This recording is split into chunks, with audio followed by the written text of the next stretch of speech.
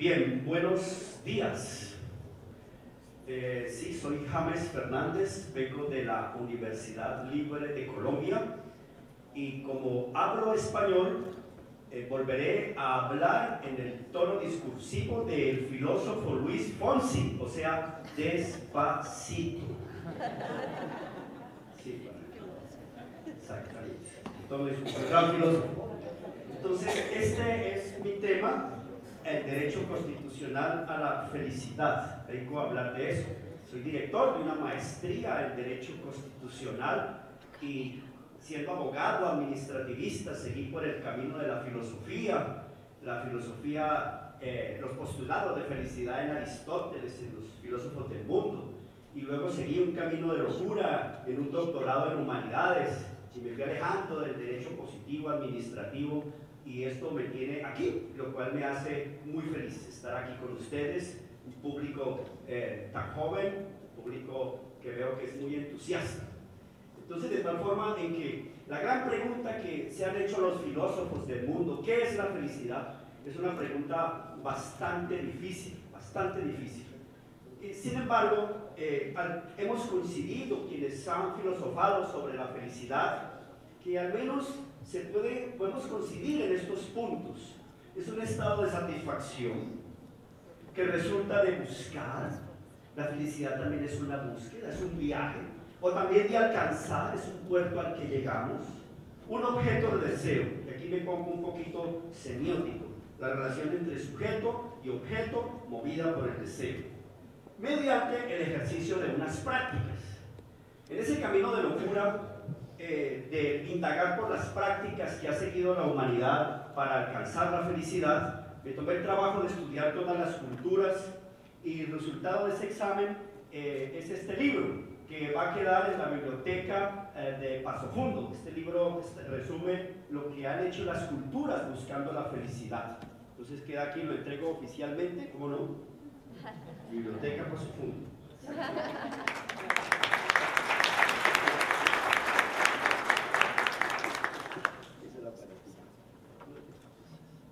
Bien, ¿y cuáles son esas prácticas? La primera práctica, la humanidad se ha preguntado por la felicidad indagando por el deseo. Y empezamos con Buda, Siddhartha Gautama, el hijo del rey de Surdana, en el norte de la India. Y ese rey le dio a Buda todos los placeres para que Buda estuviera entretenido en el palacio y no saliera a indagar por el mundo, no se diera cuenta que en el mundo había enfermedad, muerte y sufrimiento. Y entonces Buda fue objeto de distracción por el rey. El rey le dio joyas, le dio poder, le dio 1000 bailarinas para que tuviera sexo con ellas, una cosa terrible. Y entonces Buda se hartó de todo eso. Buda dijo, no, esto no es la felicidad, esto no puede ser la felicidad. Él se hartó y entonces salió a indagar, porque al hartarse de eso sintió sufrimiento, sintió dolor. Dice, esto es desviarme en los deseos. Y en medio de esa búsqueda en el norte de la India, él se indagó por qué sufríamos y descubrió por qué sufríamos. Sufrimos por los deseos, sufrimos porque nos apegamos demasiado a las cosas del mundo y a veces a las personas nos apegamos demasiado. Recuerde cuando estuvo tan enamorada o tan enamorado de aquella, recuerde eso, todo lo que sufrió. Sintió dolor por el apego, según Buda, por ese apego que nos hace sufrir.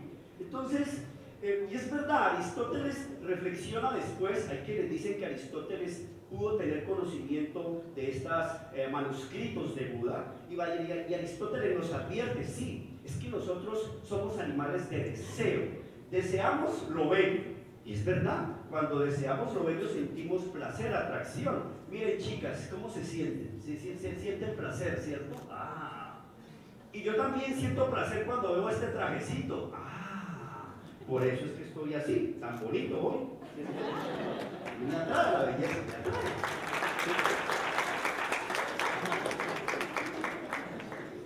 Lo bello nos atrae, lo bello nos atrae. Lo bello, mira cómo me siento cuando las veo. Me siento muy feliz. Pero Aristóteles nos advertía, tenemos que tener cuidado con lo placentero como objeto de deseo. Y en la modernidad, ¿qué es lo placentero? Lo placentero es lo que tiene que ver con el dinero, produce problemas, la atracción del dinero, el poder y el sexo. Todo eso produce problemas. Ejemplos, el dinero, nuestros gobernantes implicando la tranquilidad de las sociedades políticas con este problemita de Odebrecht. Vea todo ese panorama en América Latina de gobernantes obsesionados con el dinero y comprometidos en ese problema de Odebrecht, que ha originado problemas de gobernabilidad al interior de los estados latinoamericanos, el deseo de dinero. En segundo lugar, el deseo de poder. Gobernantes latinoamericanos que tienen un periodo de 4 años, quieren otros 4 y quieren otros 4 más. Eso está pasando en Bolivia con Evo Morales. Acabo de dictar una conferencia en Bolivia y la gente está con rabia, porque a pesar de que Bolivia tiene unos altos índices de crecimiento económico, Evo Morales quiere estar otros 4 años más y ya lleva 13 años y la gente ya no quiere más con él, a pesar de que Bolivia está creciendo. Ese apetito de poder. Y Evo Morales está atornillado por un fallo del Tribunal Constitucional para defenderle a él, a Evo Morales, mediante una acción de amparo, el derecho convencional contenido en la Convención Americana de Derechos Humanos a seguir siendo elegido, entre comillas. Un tribunal de bolsillo de Evo Morales. A eso lleva. A eso lleva la perpetuación en el poder, a que los órganos del Estado terminen siendo de bolsillo de esos personajes autocráticos. Y el sexo, ¿produce problemas el sexo? Pues quisiera saber las noticias de Neymar Jr. ayer, no sé, ¿qué pasó aquí con ese problema que tiene? Solo tienen problemas, es decir, solo tienen dificultades. Y estamos así, la Copa América va a ser que, ¿qué pasa con Neymar y qué pasa con los partidos? Parece que así va a ser la Copa América. Lo que sí sé es que mañana Colombia le gana a Argentina 5-0. A nombre de Brasil, eso es lo que yo sé, que mañana ganamos los colombianos en el partido de mañana. Entonces, nosotros también vivimos obsesionados por el deseo, el consumismo adictivo de bienes, consumir y consumir bienes, la ansiedad por las marcas. Hoy es viernes de shopping, esa ansiedad que nos hace volvernos adictivos al consumismo. Y esto ya empieza a implicar los primeros derechos constitucionales, un derecho a la educación, un derecho a la formación adecuada de los consumidores. Entonces, de tal forma que esa es la primera práctica, cómo regular los deseos, tener atención con los deseos. La segunda práctica que ha seguido la humanidad es hacer lo que se ama. Cuando uno ejerce el talento, uno parece que el tiempo pasa volando, parece que no existe ni el tiempo ni el espacio. De tal forma en que decía Aristóteles que la felicidad está en hacer aquello para lo que somos virtuosos, y es verdad, aquello para lo que somos virtuosos, allí está la felicidad.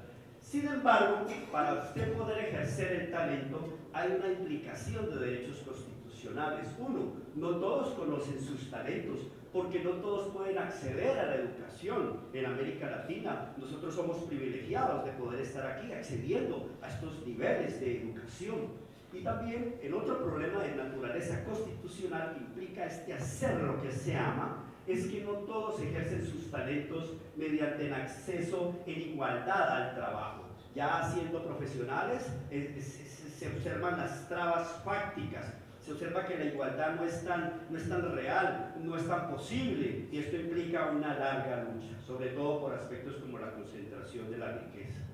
Tercer hábito, les gusta mucho a todos ustedes que son jóvenes: amar y ser amado. En el amar y ser amado la humanidad ha buscado respuestas para la felicidad. Ese amar y ser amado que se compone de 3 cosas: la química, esa atracción, ese deseo que dicen hoy en día los estudiosos de la química de la felicidad, que entra por las feromonas, por el olor. Cuando usted huele a alguien, siente como una cosa rara, una química. Pero eso es un distractor, porque a veces usted abraza a alguien y sí, entraron las feromonas y cree que eso es amor, y eso no es amor, eso es solamente química. Y cuando las relaciones son solamente química, se llaman, según Erich Fromm, en un libro que le recomiendo mucho, que se llama El arte de amar, se llaman relaciones orgásmicas, es decir, solo funcionan en el sexo, solo funcionan es con el salto del cangrejo, el salto del ángel y en los números del 69, el 38, etc. Solo así.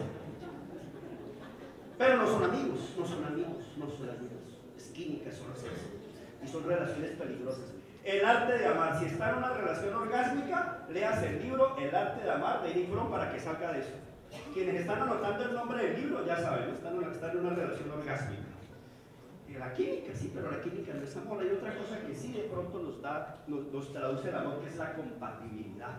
Y al final vamos a hacer un ejercicio, lo tiene en sus manos, sobre si usted en este momento es feliz en el amor, es feliz en su vida, es feliz en su trabajo o no. O sea que hoy va a salir o muy feliz o en crisis, Y es que las crisis afectivas también son parte de la felicidad. ¿Quién dijo que la felicidad es reír a toda hora? No, señor, los orientales nos enseñan que la vida es alegría y dolor, luces y sombras. Khalil Gibran, el gran poeta libanés, nos habla de eso. Y las crisis empiezan cuando tu novio o tu novia te dice esto: yo quiero que nos demos un tiempo. Me siento un poco confundido. Confundido con la otra que se consiguió, más bien. Y usted entra en una primera etapa que se llama la negación. Usted no lo puede creer, usted dice, no, esto no es verdad. Y se pellizca para ver si es verdad, y sí es verdad. Y la negación dura un mes. Si ha terminado con su novio en estos días, le falta un mes para salir de la negación. No lo puede creer. Pero hay gente que la negación la prolonga en el tiempo. Pasa un año, pasa el exnovio por el frente de su casa, cogido de la mano con otra, y la amiga te dice, míralo, mira la prueba. ¿Y sabe usted qué dice? No, él está fingiendo. No, él finge, está en negación. La segunda etapa es la crisis. En la crisis usted está irritable, tomarlo a pecho, no quiere saber nada, ni de Copa América, nada, no quiere saber nada, ni de conferencia, nada, no quiere saber nada. Lo único que quiere hacer es estar solo, encerrado, escuchando sertanejas. Y en esa crisis se comete un error. El error de que ese exnovio o exnovia te llama después de 5 meses de haber terminado a decirte, te llama por teléfono a decirte que por qué no siguen siendo amigos. Y usted acepta seguir siendo amigos para prolongar ese dolor. ¿Cómo se puede ser amigo de alguien con quien uno está tan involucrado afectivamente? No se puede ser amigos. Lo que hay que hacer es ir olvidando poco a poco, olvidar, abandonar los recuerdos, guardar esa foto de carnet, con esa foto de carnet esconder eso. Pues tampoco es ponerle alfileres en los ojos a la foto, ¿no? Tampoco nada de eso, pero sí hacer cosas que eleven su autoestima. Venir a la conferencia sobre la felicidad, eso le eleva la autoestima a usted. Leer el libro de la felicidad en la biblioteca de Paso Fundo eleva su felicidad. Y llegará la tercera etapa, después de esta crisis, que es la de la aceptación. No sé si le ha pasado a usted que usted tuvo un novio que quiso mucho, o una novia que quiso mucho, duraron 5 años, y terminó la relación, con 3 años terminó, y después de 2 años, usted ve que esa persona pasa por el frente de su casa, y usted se pregunta, no, yo estuve enamorada de esto, de este cocodrilo, no. ¿Y qué me pasó? El amor es ciego. ¿Le ha pasado alguna vez? O muchas veces. Pero cuando uno puede ver a la otra persona de quien estuvo tan enamorado de esa forma, es porque uno ya está en aceptación, ya no siente dolor. Entonces haga el ejercicio en este instante, recuerde esa persona con la que tantas cosas hizo, también la pasó, recuerde, ¿siente dolor? Si siente dolor, está todavía en crisis. Si no siente dolor, ya está preparado para una nueva relación, ya está preparado. Bueno, los problemas de no manejar bien las crisis afectivas. La violencia doméstica, eso es una realidad en América Latina.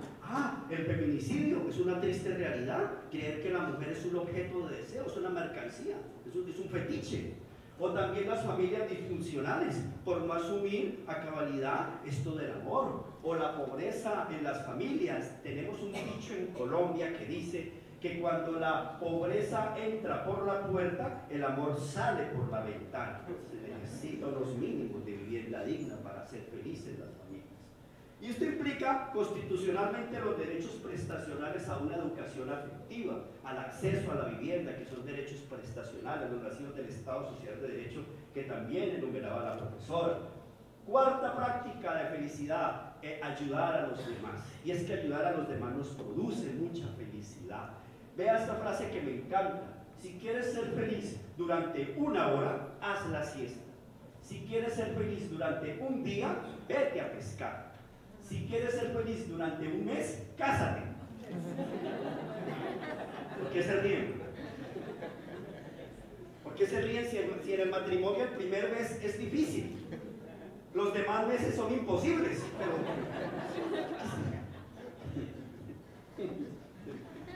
Durante un año recibe una herencia, pero si quieres ser feliz durante toda la vida, ayuda a alguien. Y esta es nuestra profesión, esta es nuestra vocación, la de ayudar. Tiene un profundo contenido social. Nuestra vocación no es la de producir tornillos, nuestra vocación es ayudar a las personas a que alcancen los bienes de la felicidad, los bienes de los derechos fundamentales y los bienes prestacionales. Y precisamente los problemas que implica tener en el corazón el ayudar a los demás. Bueno, vivimos en un ambiente de egoísmo, de individualismo, propios del liberalismo económico, propios de esa mano invisible que nos aseguraría la felicidad y la igualdad, según Adam Smith. Vivimos en eso, en el mundo de la sociedad, de la competencia, del lucro, del capitalismo salvaje. Eso nos impide vivir la felicidad de ayudar a los demás. Y esto tiene implicaciones del derecho constitucional. Los principios jurídicos de solidaridad, justicia e igualdad se ven menguados por este ambiente de competencia salvaje, en este marco de estados liberales y neoliberales. Quinta práctica, el cuidado de sí mismo. Michel Foucault, el francés, advertía que para hacer una adecuada hermenéutica del sujeto también era importante pensar en el cuidado de sí mismo. Cuidar los pensamientos, cuidar las emociones, pero somos objeto de un bombardeo mediático en nuestros pensamientos y en nuestras emociones, mediante 4 modalidades de manipulación discursiva que la semiótica de París ha venido estudiando recientemente, y que son la manipulación, la tentación, cuando Coca-Cola nos dice, destapa la felicidad. Entonces uno ve una botella de Coca-Cola y ¿qué siente? Que va a destapar la felicidad. Pero Coca-Cola no te dice que va a destapar en una diabetes, ¿cierto? Eso no te lo dice. Eso no. Y hasta ellos son tan manipuladores que tienen un instituto que se llama el Instituto de la Felicidad. ¿Qué tal los de Coca-Cola? ¿Qué tal? Me han invitado a eso, yo no voy a eso, ¿cómo así? La provocación a los hombres: compre este desodorante y usted es más hombre. Si usted es hombre, compre este desodorante para que sea hombre. Manipulación. La intimidación: si no compra este seguro, al bajar la grada del conferencista se va a accidentar y se va a morir, y si no tiene seguro, entonces compre el seguro. La seducción: las chicas son objeto de estos bombardeos constantes. La seducción: compra esto, seduce con la mirada, enamora con una sonrisa y ama con el corazón, le dicen a las chicas todos los días los medios de manipulación mediática. Y el problema de esto, de que nos manipulan los pensamientos y las emociones, es que terminamos consumiendo comida chatarra, bombardeados por la información de comida chatarra, que produce obesidad infantil en América Latina en muchos niños, no solo en Estados Unidos, es en América Latina que está creciendo la obesidad infantil. Y en contraste, el hambre en Latinoamérica por la desigualdad. Observa en rojo los derechos prestacionales implicados, la educación, los derechos de los consumidores y la igualdad. Estar en el presente es otra práctica de felicidad. Mientras transcurre la palestra, usted pensó en la Copa América, pensó que es viernes de shopping mientras estuvo aquí. Si pensó en eso, no está en el presente, no está en el presente. Y entonces uno de los problemas de no estar en el presente es la adicción tecnológica. Mire, el niño con su chateando, la señora chateando, la niña chateando, y está el perro también chateando. ¿Qué es eso? ¿Qué es así? La familia. Se llega a la familia y cada uno en lo suyo. Entonces se perdió esa afectividad, se perdió ese contacto, ese diálogo directo. Es una crisis. Es una crisis que inclusive en Inglaterra han creado el Ministerio de la Soledad. La gente se está aislando cada vez más. Crear un Ministerio de la Soledad es una cosa increíble, pero es un diagnóstico de lo que está ocurriendo en nuestras sociedades. Y esto pues tiene que ver con derechos prestacionales como los derechos de los consumidores, la educación y la salud. Y finalmente la séptima práctica, vivir en espiritualidad. ¿Tiene sentido mi vida? ¿Siento una misión de amor y servicio, que es tal vez de las cosas que dan sentido a la vida? Vivir en amor para servir a los demás a través de su talento. ¿Y se ha preguntado por eso? ¿O usted simplemente vive para competir por dinero, para tener más poder, para consumir más bienes? Esto implica también derechos constitucionales. El derecho prestacional a una educación que privilegie la cooperación. la igualdad fáctica en medio de este capitalismo salvaje. De tal forma que pasamos a esta segunda parte que tiene que ver con enunciados de felicidad en las constituciones políticas del mundo. Hay tres tipos de contenidos que se presentan en los enunciados de felicidad en las constituciones. El primero, el deber de los gobiernos de procurar la felicidad de sus ciudadanos. El segundo, el derecho de los individuos a buscar la felicidad. Y el tercero, el derecho de los individuos a lograr la felicidad. Y en esto se ha seguido una trayectoria. Voy a tomar un vasito de agua para tener felicidad. Se ha seguido una trayectoria histórica. En 1776, la Declaración de los Derechos del Buen Pueblo de Virginia. En esa declaración, mire, se enuncian claramente dos modalidades de la felicidad: la búsqueda y la obtención de la felicidad. Y ahora que la profesora hablaba tan hermosamente sobre la aparición de los derechos del liberalismo, yo pensaba en esto, en que en efecto, cuando nosotros en ese proceso de liberación de las colonias y demás, que también lo vio Estados Unidos, pues teníamos unos ideales en donde la felicidad era el gran valor, de tal forma en que la Constitución francesa también inspiró eso. La sociedad, el fin de la sociedad es la felicidad común. Y en esa fase de aparición del liberalismo, de aparición de esos derechos de libertad, igualdad y fraternidad, todas las constituciones de América, casi todas las constituciones de América enunciaron el concepto de felicidad. O sea, como una manifestación originaria de los pueblos que en ese momento apuntaban a un mejor vivir. Pero ¿qué pasó? Pasó algo terrible. 100 años fueron desapareciendo esos textos constitucionales el concepto de felicidad. O sea que esa mano invisible de Adam Smith, tal vez lo que proponía el desarrollo, la igualdad, que proponía la libertad automática y la felicidad automática de los individuos, no, terminó fue estrangulando el concepto de felicidad en las constituciones que nacieron del liberalismo. Y ya después, en 1948, cuando ya emerge el Estado social, ya está emergiendo, vuelve otra vez el concepto de felicidad, otra vez a emerger en las constituciones políticas.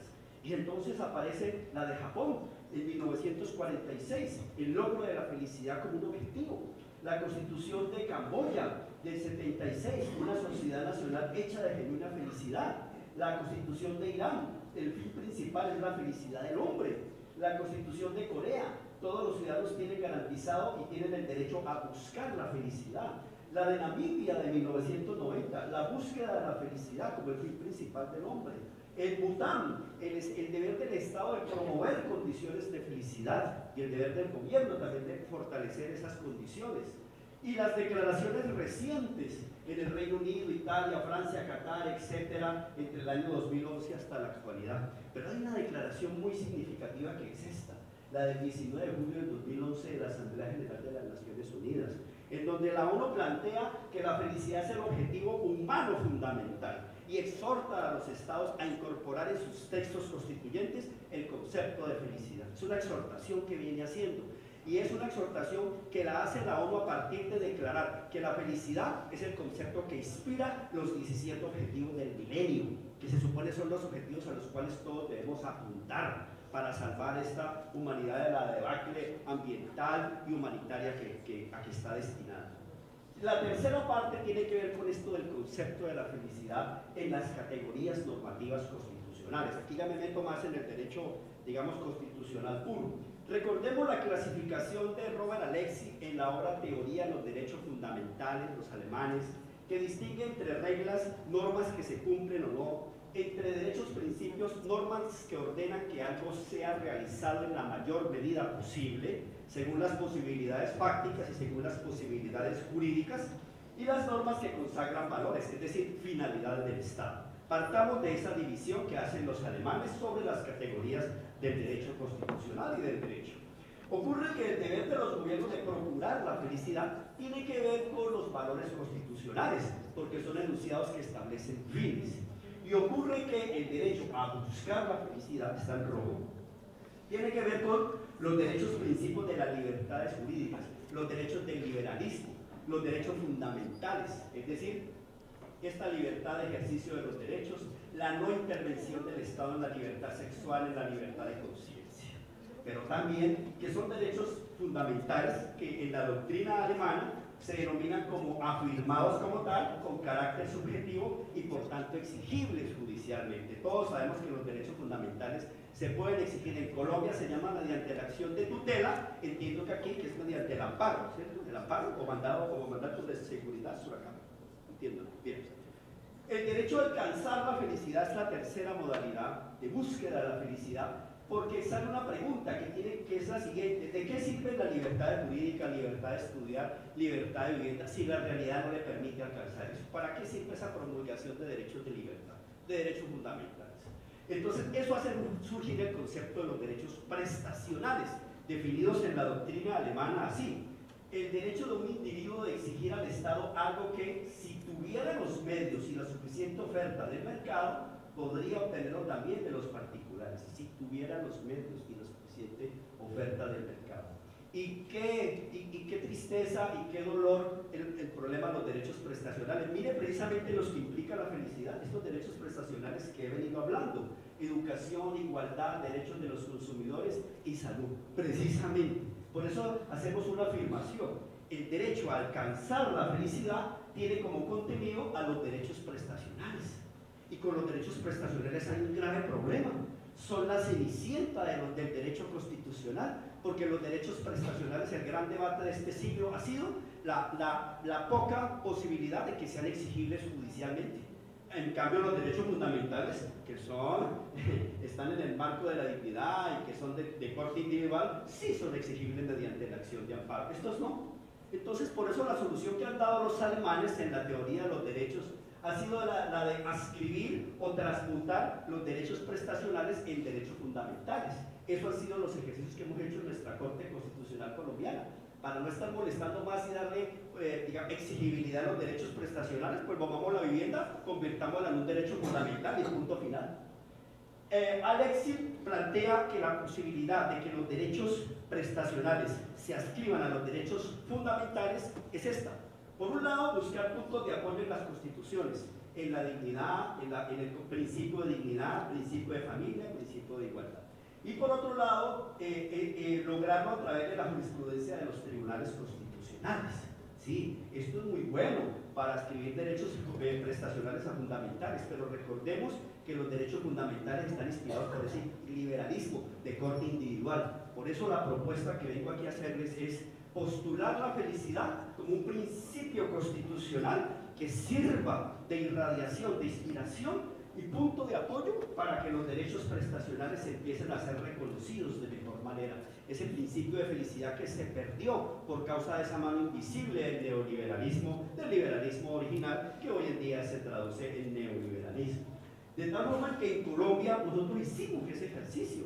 Nosotros no tenemos la dignidad como el mayor principio global. No. Nosotros establecimos al lado de la dignidad la solidaridad, y eso nos permitió a los colombianos por primera vez establecer la posibilidad de que se dé la eutanasia, que una persona pueda decidir cuándo se quiere morir, si está padeciendo un dolor terminal bajo ciertas condiciones, o el aborto, por el cual la mujer en 3 condiciones: haber sido violada, el niño que tenga una malformación o que haya peligro para la vida de ella, pueda entonces abortar. De tal forma que eso inspiró el conflicto entre derechos prestacionales. Entonces, conclusiones: la humanidad ha ejercido hábitos comunes de felicidad que implican valores y derechos, principios constitucionales comunes de igualdad, educación y salud. Lo acabamos de ver. Históricamente, en las constituciones políticas, a la felicidad se ha anunciado como el deber de los estados de procurarla, el derecho de las personas a buscarla, pero también a alcanzarla. La felicidad, por irradiar el conjunto de sus valores y axiológicos y esos derechos que he enunciado, es un principio constitucional de mayor peso global que empieza a ser reconocido por los estados y por la propia Organización de las Naciones Unidas. Es entonces posible una teoría jurídica de la felicidad que oriente las finalidades del Estado, amplifique los derechos, principios de libertad, los fundamentales, pero también haga exigibles los derechos, principios prestacionales. En especial una educación que nos libere del consumismo, que logre la igualdad real y la salud. Entonces, ahora bien, esta es la teoría de la felicidad. Vamos a la práctica. Tiene en sus manos un taller, examine ese taller que tiene en sus manos, ¿cierto?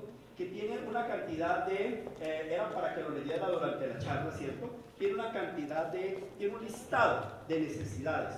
Las necesidades que encontró Manfred Masliff.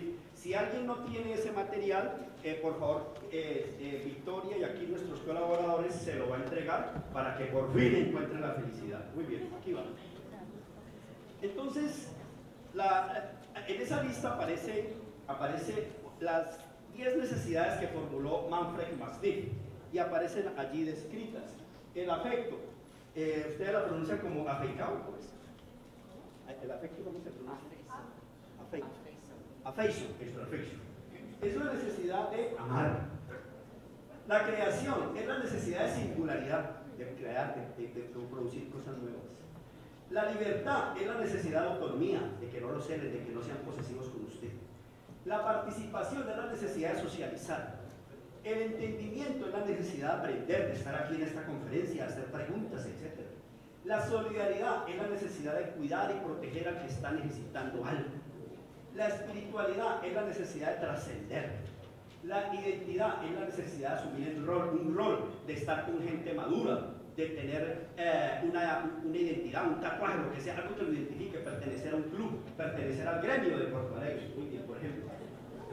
Todos son del gremio, ¿cierto? Sí, hacen la mano los del gremio, muy bien. Eso es, bono. La lúdica, la necesidad de relax y descanso. Y la subsistencia, la necesidad de tener seguridad material. Ahora bien, escriba en el número 1, junto a la pirámide, a la izquierda, en la pirámide número 1, la necesidad que para usted sea la más importante en su vida. Escríbala, por favor. Vamos a hacerlo con las tres principales. Escríbalo ahí. Escriba si es afecto, si es entendimiento, si es solidaridad, si es espiritualidad. Escríbalo ahí en el número 1. La necesidad más importante en su vida. Escríbalo ahí, en el número 1.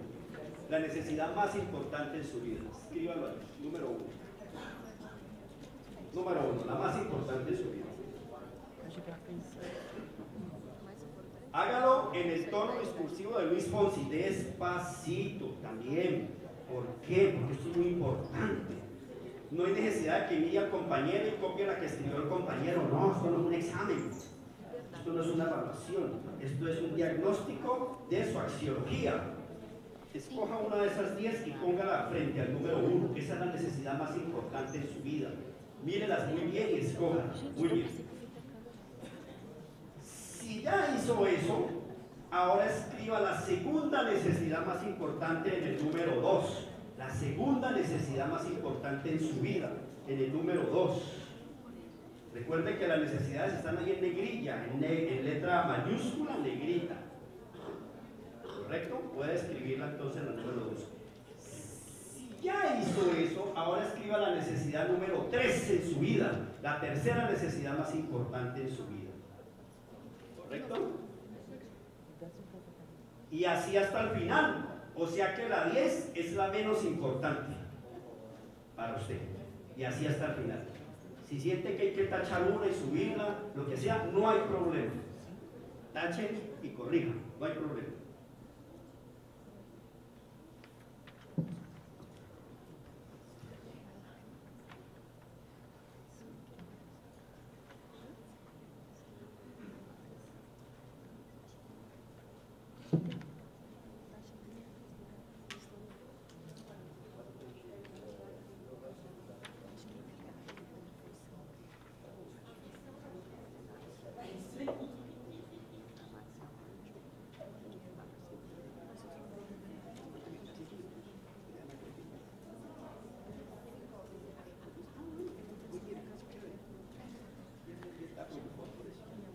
Muy bien. Hágalo despacito. Es la axiología de su vida. Es la clave para ser feliz. Bueno, muy bien.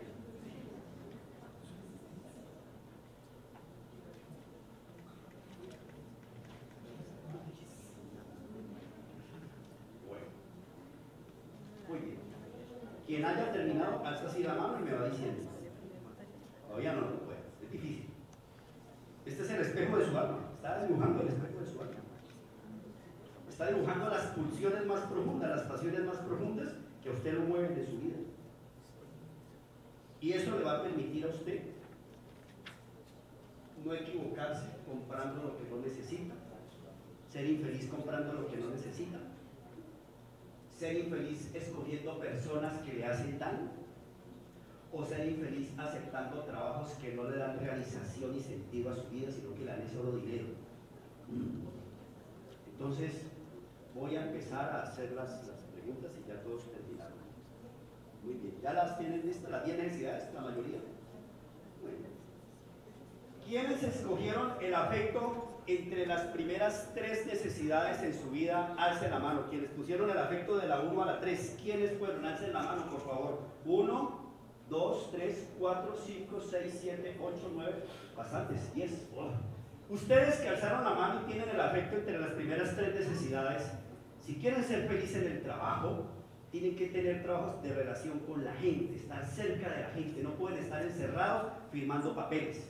Y en su vida afectiva, su media naranja es una persona que la llame, que la quiera mucho, que le diga,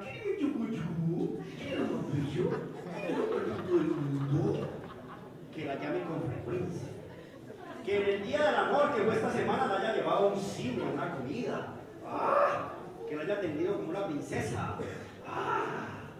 Usted tiene que meterse con gente así. Si usted se mete con un hombre que tiene el afecto allá en el 10, un carepalo que ni llama ni nada, está mal, está equivocándose, va camino de la infelicidad en el amor, va tras ese camino. Ahora alcen la mano quienes tienen libertad de primero a tercero, libertad, alcen la mano. 1, 2, 3, 4, siempre. No se metan con gente posesiva, no se metan con gente posesiva. Esa que a toda hora llamándote, ¿de qué te pasa? ¿Por qué no me han llamado? Te llamé a las 10 y no me contestaste. Usted en su conferencia de la felicidad y el otro ahí molestando. Eso no es para usted. Es decir, usted nació para la libertad. Usted no nació para que otro tipo o otra tipa esté celándolo, esté molestando. Usted no nació para eso. ¿Ya se da cuenta por qué se acabó esa relación con esa persona tan posesiva y tan celosa? ¿Ya se da cuenta? Porque usted tenía libertad en las 3 primeras escalas de sus necesidades de felicidad. Es por eso. Y a nivel de lo laboral, los abogados que tienen libertad muy arriba, escojan trabajos precisamente de eso, que les permita viajar, que les permita moverse. No pueden estar encerrados en una oficina. Yo, por ejemplo, tengo libertad muy arriba y por eso me gusta viajar y por eso estoy aquí en Paso Mundo, aquí contando de la belleza brasilera.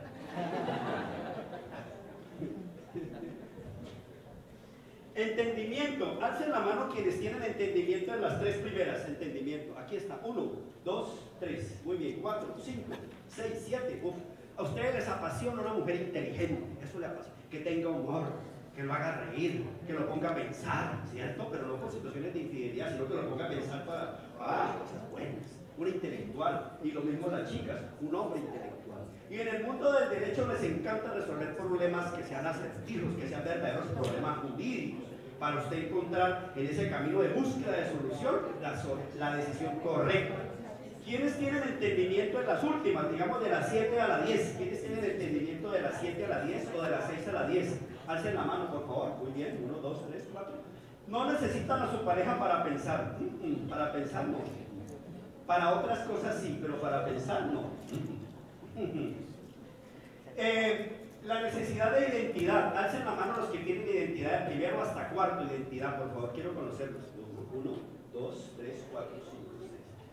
Quienes escogieron identidad les gusta un cargo de rol, ejerzan magistratura, ejerzan ser jefe de algo, ser jefe de operaciones terrestres, lo que sea, pero ser jefe de algo. Y en el amor, los quienes alzaron la mano les encantan los hombres maduros, a las mujeres. Imagínate, pues, te encantan los maduros. Así van los maduros. De esos mayores, de los que llaman señores, de los que llegan a tu casa y te traen flores, como dice la filósofa Becky King. Mayores, eso. ¿Quiénes tienen identidad abajo? Identidad la tienen, digamos, de las 6 hasta las 10, alcen la mano. Los que tienen identidad de las 6 a las 10, alcen la mano. Así en las últimas, de las 5, muy bien. El diagnóstico es negativo, toleran cachos. Toleran cachos. Saben que es una situación que pasó, que se puede entender, que se puede perdonar. Toleran cachos. Subsistencia, alcen la mano quienes, las chicas que tienen subsistencia de primero a tercero, primero las chicas, alcen la mano, que tienen subsistencia de primero a tercero, interesadas, conozcan las chicas.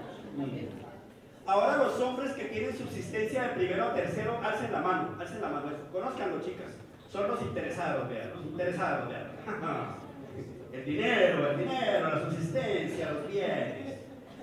Ahora alcen la mano los que tienen subsistencia de las 7 a la 10, alcen la mano. Muy bien, no son interesados, no les importa el dinero. Ustedes dicen que amor de pobre no es mentira ni pecado. Ustedes no tienen problema con eso. No tengo dinero ni nada que dar, como dice el cantante, no tienen problema con eso. Sus parejas pueden ser músicos, poetas o locos, no tienen problema con eso. Muy bien. Bueno, muchas gracias, que sean felices con su pirámide. ¿Cierto? Que sean felices. Una última cosa, un último minuto.